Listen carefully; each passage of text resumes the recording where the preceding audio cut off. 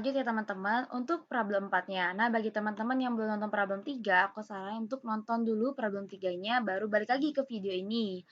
Oke, sekarang kita masuk ke pembahasan problem 4 dari informasi tambahan nomor 1. Di sini penerimaan piutang sebesar 12 juta didapatkan dari PT Miki yang akun piutangnya telah dihapus tahun lalu. Namun sampai akhir tahun berjalan, perusahaan belum mencatat transaksi tersebut. Nah, berarti pada saat dia menghapus piutang PT Miki, maka akan muncul AFDA pada AR. AR-nya di kredit ya, AFDA-nya di debit sebesar 12 juta gitu. Nah, habis itu karena dia sekarang bayar, berarti kan kita harus munculin lagi nih, kita harus balikin lagi. Kita harus munculin lagi si AR-nya itu. Jadi di sini kita akan memunculkan AR-nya itu sebesar 12 juta dan AFDA-nya kita putar gitu kan, kita balikin lagi sebesar 12 juta. Jadi sebenarnya kalau kayak dibalik gini ya seakan-akan ya nggak ada penghapusan piutang gitu. Nah, terus abis itu di sini kan dia bilang dia udah terima nih piutang sebesar 12 jutanya, maka akan muncul cash pada AR sebesar 12 juta. Atau kalau misalnya teman-teman mau langsung cepat aja lah Ci, nggak keburu bikin 4 jurnal. Kalian mau langsung cash pada AFD juga nggak apa-apa. Yang penting jangan sampai salah persepsi, jadi bingung gitu. Kok cash pada AFDA gitu. Karena sebenarnya AR-nya ini jadinya kayak dicoret gitu loh. Ini kan debit, kredit. Ya kan kalau dicoret habis gitu kan, hilang gitu. AR-nya ya emang hilang gitu. Nah, jadi boleh kayak gitu, tapi jangan sampai bingung ya, karena awalnya kita munculin dulu nih AR AFDA-nya, yang tadi sebelumnya udah dihapus, kita munculin lagi. Jadi kayak dibalik aja gitu, dibalik. Kalau dibalik ini kan kayak seakan-akan tuh AR nggak dihapus kan. Nah, habis itu kita bikin jurnal penerimaan piutangnya, cash pada AR gitu. Nilai nominal tetap sama ya, sama-sama 12 juta. Oke, selanjutnya untuk nomor 2. Perusahaan membeli sebuah gedung pada tanggal 1 Januari 2016 dengan harga 88 juta dengan nilai sisa 6 juta dan memiliki umur manfaat 20 tahun. Nah, gedung didepresiasi dengan menggunakan double declining method sampai tahun 2019. Jadi ceritanya di tahun 2020 dia ganti nih penyusutannya. Jadi garis lurus gitu. Sehingga kita harus hitung dulu ya berapa sih book value-nya gitu untuk nanti kita bisa menghitung penyusutan tahun 2020 dengan menggunakan metode garis lurus. Jadi ini sama kayak problem 3 ya jatuhnya ya. Nah, 20 tahun masa manfaatnya berarti 100% dibagi 20 habis itu dikali 2. Nah, sehingga ketemulah percentage untuk saldo menurun gandanya itu sebesar 10%. Nah, kemudian karena dibelinya 1 Januari 2016, maka kita mulai hitung penyusutannya dari tahun 2016. Karena 1 Januari berarti dia full 1 tahun. Nah, sehingga dari harga perolehannya yang dia beli ini, harga beli ini 88 juta dikali sama 10%. Ketemulah penyusutan tahun 2016 sebesar 8.800.000. Nah, kemudian untuk yang tahun 2017 berarti kita pakainya book value ya. Jadi dari 88 juta dikurangin sama 8.800.000. Habis itu baru dikalikan 10%. Nanti hasilnya ketemu 7.920.000. Nah, untuk tahun 2018 berarti kita kuranginnya sama dua ini, dua yang atasnya. Karena kan akumulasi book value itu berarti dari harga perolehan dikurangin akumulasi penyusutan ya, bukan dari harga perolehan kurangin penyusutan, bukan, tapi akumulasi. Jadi penyusutan tahun sebelumnya ditambah sama tahun selanjutnya gitu. Nah, sehingga di sini tahun 2018 ini berarti dia 88 juta dikurangin 8.800.000 dikurangin juga sama 7.920.000 baru dikalikan sama 10%. Nah, begitu terus untuk yang tahun 2019 juga sama gitu ya. Nah, setelah udah ketemu gitu, kita kita bisa sum juga nih akumulasi penyusutan itu berapa sih? Oh, akumulasi penyusutannya itu 30.263.200. Nah, tadi harga perolehannya itu berapa? 88 juta ya. Nah, berarti ini 88 juta. Nah, berarti book value awal tahun 2020-nya itu berapa? Nah, kalian bisa langsung kurangin 88 juta sama 30 juta ini atau kalian pakai manual ya, 88 juta dikurangin sama ini nih, dilingin semua gitu, itu juga nggak apa-apa. Coba kita tes. Harusnya apa sih sama? Ya, sama kan gitu. Nah, sehingga kita tahu nih book value awal tahun 2020 itu sebesar 57.736.800. Nah, book value inilah yang akan kita pakai untuk menghitung penyusutan tahun 2020 dengan menggunakan metode garis lurus. Nah, di sini dibilangkan di soal ya, kalau ada nilai sisa 6 juta, maka di sini 57 juta sekian ya harus dikurangin dulu sama 6 juta. Nah, karena di sini kita udah pakai selama 4 tahun dari 2016 ke 2019, maka udah nggak 20 tahun lagi masa manfaatnya. Berarti sisa berapa? Sisa 16 tahun. Maka di sini kita bagi 16. Nah, sehingga ketemulah penyusutan tahun 2020 menggunakan garis lurus itu senilai 3.233.550. Langsung kita catat aja depreciation expense pada accumulated depreciation sebesar 3 juta sekian. Oke, kita lanjut. Nomor 3. Pembelian inventory sebesar 5 juta, di mana 70% dibayar secara tunai dan sisanya kredit. Tetapi bagian accounting mendebit maintenance expense dan mengkredit cash sebesar 500.000. Nah, otomatis maintenance expense-nya bakal harus kita take out dong, harus kita balik lagi dia yang tadinya di debit karena kita mau hapus dia karena harusnya itu emang nggak ada, maka kita jadiin dia maintenance expense-nya di kredit. Makanya di sini maintenance expense-nya di kredit sebesar 500.000.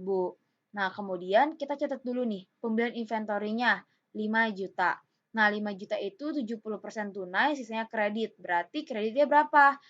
Berarti accounts payable-nya itu 30%. Dari mana? 100% dikurangin sama 70%. Maka porsi untuk yang kredit itu sebesar 30%. Maka di sini accounts payable-nya 5 juta kali 30%, ketemulah hasilnya 1.500.000. Nah, kemudian cash-nya berapa? Dibilang kan cash-nya itu 700.000 ya. Nah, maka di sini 5 juta dikali 700.000. Cash-nya itu kan 70%. Maka di sini 5 juta dikali sama 70%. Nah, harusnya 5 juta kali 70% berapa? 70%. Nah, 5 juta kali 70% itu harusnya 3.500.000. Nah, tapi karena tadi itu kan ada kesalahan ya, ada kesalahan pencatatan nih, yang dia malah mengkredit cash sebesar 500.000.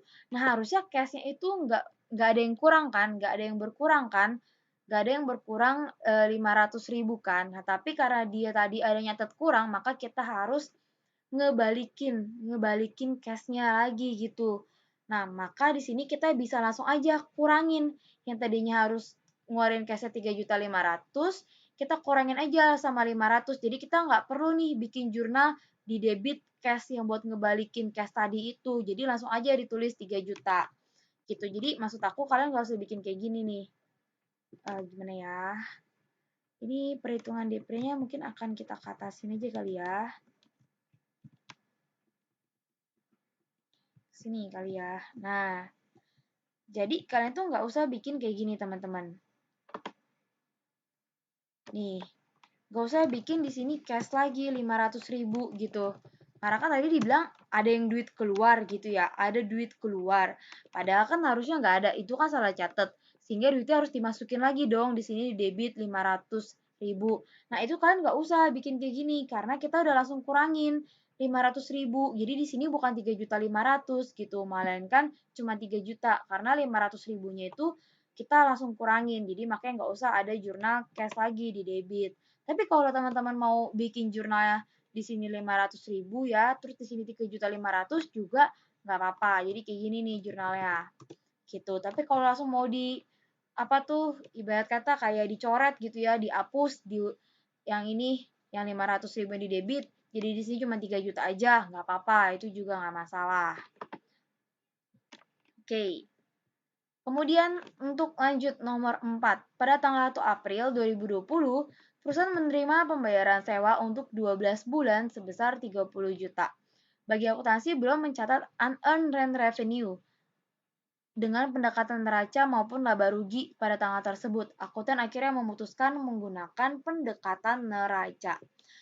Kalau dia pakai pendekatan neraca, maka dia akan mencatat si penerimaan pembayaran sewanya itu sebagai unearned rent revenue. Tapi kalau dia pakai pendekatan laba rugi, dia akan mencatat penerimaan pembayaran sewanya itu sebagai rent revenue. Karena di sini dia bilang dia menggunakan pendekatan neraca, maka berarti dia akan mencatat penerimaan pembayaran ini sebagai unearned rent revenue. Jadi awalnya itu cash pada unearned rent revenue gitu. Nah, di sini makanya di soal itu ada cash sebesar 30 juta pada unearned rent revenue karena kan dia putusinnya pakai neraca. Nah, habis itu dibilang ini tuh untuk 12 bulan kan. Dari tanggal 1 April 2020. Nah, sekarang udah 31 Desember, berarti udah kepake April, Mei, Juni, Juli, Agustus, September, Oktober, November, Desember. Udah kepake 9 bulan. Nah, di sini berapa sih per bulannya? 30 juta dibagi 12. Oh, per bulannya 22 juta 500. Tadi udah kepake 9 bulan. Berarti 2 juta 500, 2 juta 500 dikalikan 2 kali 9 bulan gitu. Oh, nilainya yaitu sebesar 22.500.000. Nah, maka unearned revenue-nya udah bisa kita kurangin karena kita udah bisa nih mengakui pendapatannya untuk 9 bulan ini gitu sebesar 22.500.000 gitu. Oke, kita lanjut untuk yang nomor 5. Nomor 5. Perusahaan mengubah metode estimasi penyisihan piutang. Nah, ini berarti perubahan metode estimasi ya, teman-teman. Dari 3% of sales menjadi 5% of receivable pada awal 2020. Namun, akuntan masih mencatat menggunakan percentage of sales di akhir tahun 2020. Sales tahun 2020 sebesar 700 juta. Dan saldo akhir AR itu 250 juta. Nah, saldo allowance for the full account pada 1 Januari 2020 adalah 6 juta. Selama tahun 2020 terjadi penghapusan piutang sebesar 4 juta. Oke, sekarang kita bakal bahas satu-satu. Nah, yang salah dicatat perusahaan itu dia pakai percentage of sales. Kalau percentage of sales itu berarti dia langsung aja nih, ketika dia mencatat AFDA ya teman-teman, dia langsung aja 700 juta ini dikali sama ini 3% ya, berarti berapa? 700 juta kali 3% yaitu sebesar 21 juta.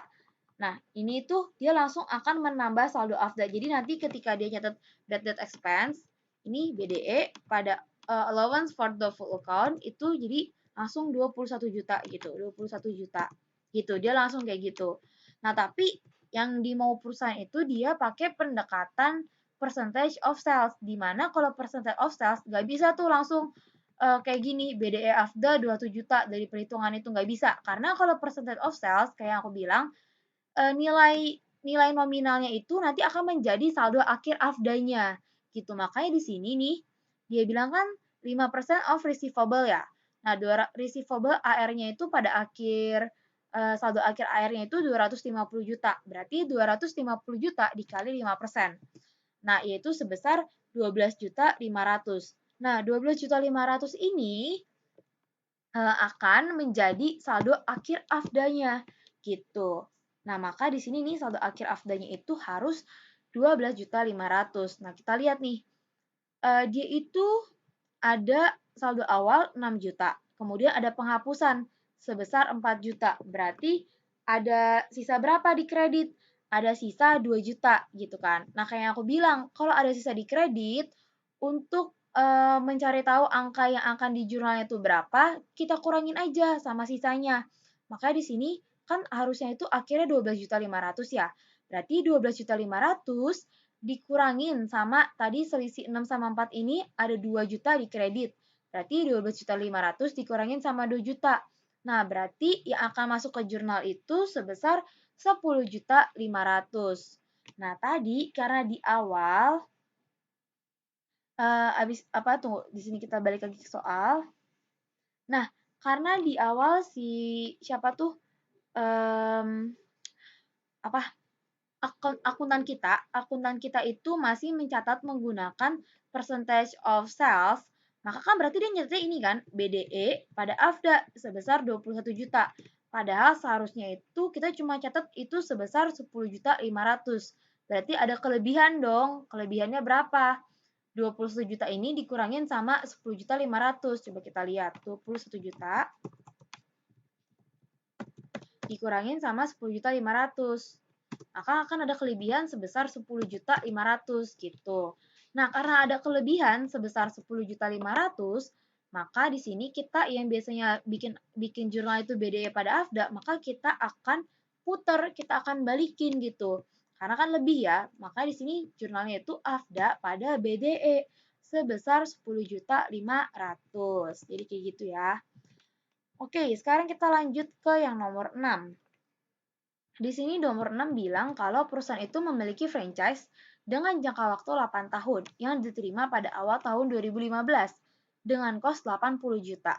Tahun 2020, akuntan telah menyusun franchise dengan mendebit depreciation expense dan mengkredit paten senilai 4 juta. Wah, ini ngaco banget dong ya.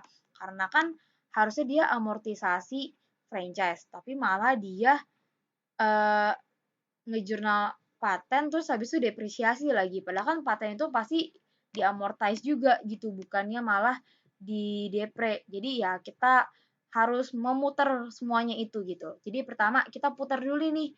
Tadi kan dibilang dia debit depre, kredit paten. Maka kita harus putar. Kita debit paten, kredit depre gitu. Di sini makanya patennya 4 juta, habis itu deprenya 4 juta. Nah, kemudian berapa amortisasi franchise-nya? Nah, amortisasi franchise-nya, kalau franchise ini atau intangible asset ini pasti dia amortisasinya itu selalu bukan saldo, garis lurus ya teman-teman. Jadi 80 juta dibagi sama ini jangka waktunya. Jadi 8 juta dibagi 8 yaitu berarti 10 juta per tahunnya gitu. Makanya di sini 10 juta amortization expense-nya. Habis itu franchise-nya sebesar 10 juta gitu. Oke. Nah, ini ya, di sini ada perhitungannya juga. Oke, kita lanjut ke nomor 7. Nomor 7 itu si perusahaan itu meminjam uang ke bank dengan menerbitkan wesel dengan nilai nominal 90 juta. Bunganya 8% per tahun dan memiliki jangka waktu 90 hari. Ingat, kalau nyatet bunga, abaikan aja harinya. Karena kita ngitung bunga itu fokusnya ke per tahunnya gitu. Accrued interest atau wesel tersebut ternyata belum dicatat oleh accrued accrued interest atas wesel tersebut ternyata belum dicatat oleh bagian akuntansi perusahaan. Asumsi 1 tahun adalah 360 hari. Nah, di sini kita berarti ceritakan minjem uang. Minjem uang kita harus bayar bunga dong, tapi bayar bunganya kan per tahun ya. Tapi tetap kita harus mencatat bunga karena kita itu pakainya pendekatan accruals berdasarkan IFRS gitu, bukannya cash basis, sehingga kita tetap harus melakukan adjustment bunga gitu ya. Nah, di sini kita hitung nih 16 Desember ke 31 Desember. Berapa hari sih? Ya 5 hari ya kan, 5 hari. Nah, habis itu dibilang asumsi 1 tahun itu bukan 5 hari, itu mah 26 dong. 16 Desember ke 31 Desember itu 15 hari. Ya 31 kurang 16, 15 gitu ya. Nah, asumsi 1 tahun 360 hari. Berarti 90 juta dikali 8%, terus habis itu dikali sama fractionnya 15 per 360 gitu. Sehingga ketemulah interest expense pada interest payable-nya itu sebesar 300.000 gitu ya. Karena kita tetap harus mencatat interest expense-nya meskipun kita belum bayar karena ini accrual ya. Oke, lanjut. Nomor 8. Nah, perusahaan juga belum mencatat mengenai accrued utilities expense ini, mengenai beban listrik, air, telepon bulan Desember sebesar 16 juta yang akan dibayarkan oleh perusahaan pada tanggal 12 Januari. Nah, kalau masih akan dibayarkan berarti udah otomatis bukan cash, melainkan itu akan muncul accrued expense atau utility payable. Ini sama ya, accrued expense sama utility payable itu sama. Accrued expense di sini tuh maksudnya itu utang biaya ya, bukan beban, bukan beban. Oke. Nah, jadi jurnalnya utility expense pada accrued expense atau utility payable sebesar 16 juta. Kita lanjut ke nomor 9. Pada tanggal 1 Agustus 2019, ada pembayaran asuransi untuk gedung kantor selama 2 tahun. Periode asuransi itu mulai dari 1 Agustus ya, sampai 31 Juli 2021, ya 2 tahun, 48 juta. Berarti 1 tahunnya itu, berarti per bulannya berapa?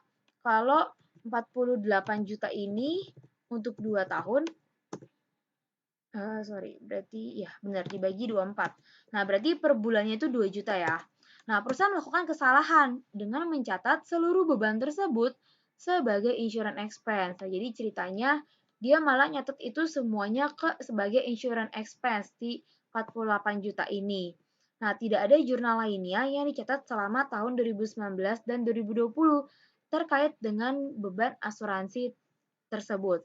Nah, teman-teman, kalau dia itu kesalahan error gitu ya, ada error, itu tuh sifatnya itu retrospektif untuk untuk akuntansinya gitu ya. Retrospektif itu berarti ya terpengaruh gitu untuk yang periode-periode sebelum itu terpengaruh gitu. Karena kan di sini dia salah ya.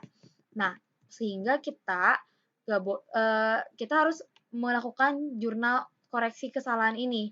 Nah, di sini makanya kita harus lihat nih berapa sih prepaid insurance-nya yang sebenarnya gitu. Terus habis itu berapa insurance expense-nya gitu ya. Nah, kan dibilang ya, tidak ada jurnal lainnya yang dicatat selama tahun 2019 dan 2020. Nah, pertama kita cari tahu dulu, berapa sih insurance expense untuk tahun 2019? Kan dia bilang mulai dari 1 Agustus 2019. Agustus, September, Oktober, November, Desember. Ada 5. Tadi per bulannya 2 juta ya, berarti 2 juta. 2 juta kali 5. Nah, berarti 10 juta. Nah, harusnya insurance expense tahun 2019 itu sebesar 10 juta gitu. Nah, sehingga prepaid insurance-nya itu harusnya 38 juta ya kalau untuk tahun 2019. Jadi sisa prepaid insurance-nya itu 38 juta gitu. Karena tahun 2019 insurance expense-nya itu harusnya cuma 10 juta. Dia nggak bisa nih langsung masukin 48 juta ini gitu karena harus dibagi gitu ya. Nah, maka di sini aku jurnal nih.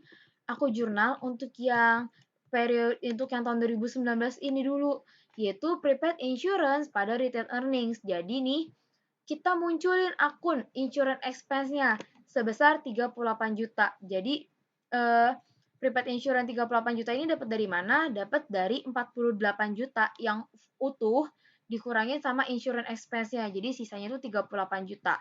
Ini sisa 38 juta ini untuk awal tahun 2020. Nah, kenapa return earnings? Karena itu kan periode lalu dia udah tutup buku ya, dia udah melakukan closing entry. Maka kita di sini langsung masuknya ke return earnings gitu. Maka di sini prepaid insurance pada return earnings sebesar 38 juta. Nah, setelah itu untuk tahun 2020 barulah kita bikin lagi jurnal adjustment penyesuaian insurance sebesar 24 juta. Dapat dari mana? Tahun 2020 kan full ya, berarti 1 tahun. Berarti 2 dikali 12 juta. 2 juta dikali 12 bulan gitu maksudnya. Sehingga ketemulah nilainya itu 24 juta. Jadi di sini insurance expense pada prepaid insurance sebesar 24 juta. Seperti itu ya teman-teman. Oke, kita lanjut. Untuk yang nomor 10. Hasil stok opnam atas persediaan barang dagang per 31 Desember 2020 menunjukkan adanya selisih saldo 24 juta. Nah, tapi di sini dia understated. Kalau understated berarti dinilai kerendahan. Misalnya kamu itu sebenarnya inventory kamu itu ada 10.000, tapi malah dinilainya itu cuma 8.000. Ya, itu namanya understated gitu. Karena akuntan ini salah mencatat ya, bukan mencatat doang. Jadi karena akuntan salah mencatat sehingga nilai persediaan dilaporkan lebih kecil dari nilai seharusnya.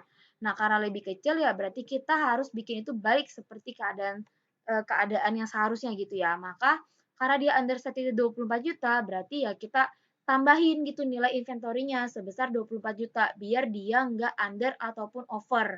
Biar dia pas sesuai yaitu sebesar 24 juta.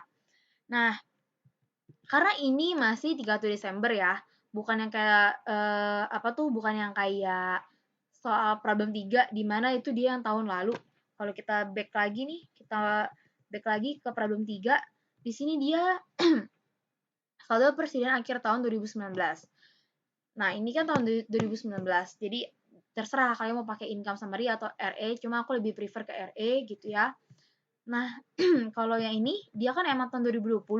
Makanya kalau kalian mau pakai income summary juga nggak apa-apa karena emang belum tutup buku juga gitu. Tapi kalau kalian langsung mau closing ke RE juga itu juga nggak masalah gitu ya. Jadi sampai situ aja teman-teman untuk materi ini. Sebenarnya nanti di UAS juga kurang lebih sama seperti ini. Jadi semoga kalian bisa lebih familiar sama soal-soalnya dan nanti ketika jurnal pun jadi lebih mudah untuk mengerjakannya.